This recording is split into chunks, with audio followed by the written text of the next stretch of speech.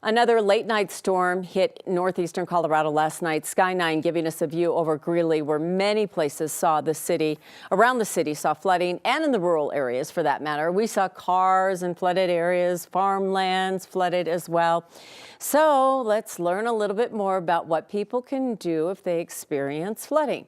Carole Walker with the Rocky Mountain Insurance Information Association joins us now. She comes through every time under these circumstances. The queen of disasters, some people, unfortunately for people, yeah. What do people need to know if they are dealing with flooding? What kind of coverage do you have to have? You can't just have the general policy. So Kim, as you know, now is those days when we're getting those daily watches and warnings. We had a tornado warning in Adams County today, softball-sized hail in Yuma. Now we've had this flooding in Greeley. Know what your insurance covers and what it doesn't. When it comes to your homeowner's insurance policy, even renters and business insurance, you need separate flood insurance coverage for that. Standard policy doesn't cover it. So be talking to your insurance professional about, do I need separate flood insurance coverage?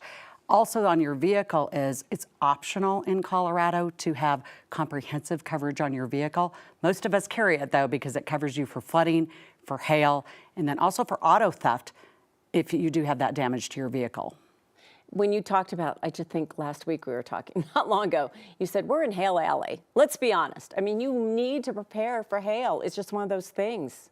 We're ranked second in the nation for hail insurance claims. So now again is the time to do that insurance checkup, because the likelihood of you having damage to your car or your home, I always tell people on your home, it's often directional. So when you see all of that hail where it's melting hail, that would be considered flood damage to your home.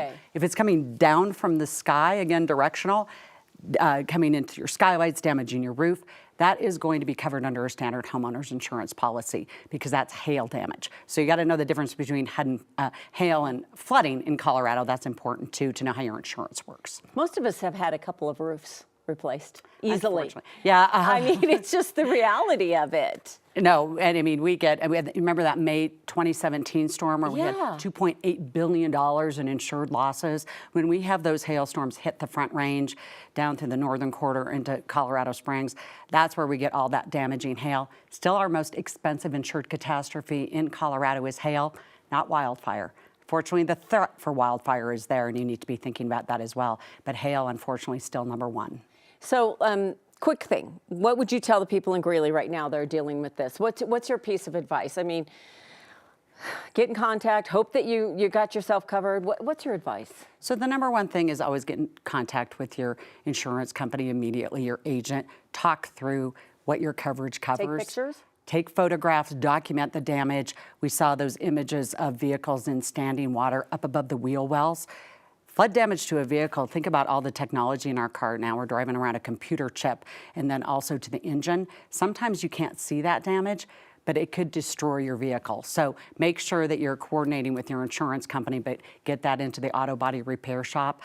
If it's just cosmetic damage, unfortunately, because we're in hail and flood season, it can take a while to be in the auto body shop. And then again with flooding, even if you don't have the flood insurance coverage, you might want to check in with your agent and talk about it. Maybe you had some sewer backup. Some people do have an endorsement for that. We highly recommend that. So again, now's the time, whether you had damage or not, to be talking to your insurance professional about what your insurance covers, what it doesn't, what your limits are, what your deductibles are. Now's the time to do that, not after the fact. That's a good way to end it. Do it now, because this is just May, people. We're just getting into June. Hail Alley, Kim. Here we go. Yeah. Here we go. Carole, you're always great. We know that we ask you all the hard questions and you're talking about tough topics, but thank you. Well, hopefully people will get through this and they have the insurance they need. Always here with resources to help, and thank you. Thank you.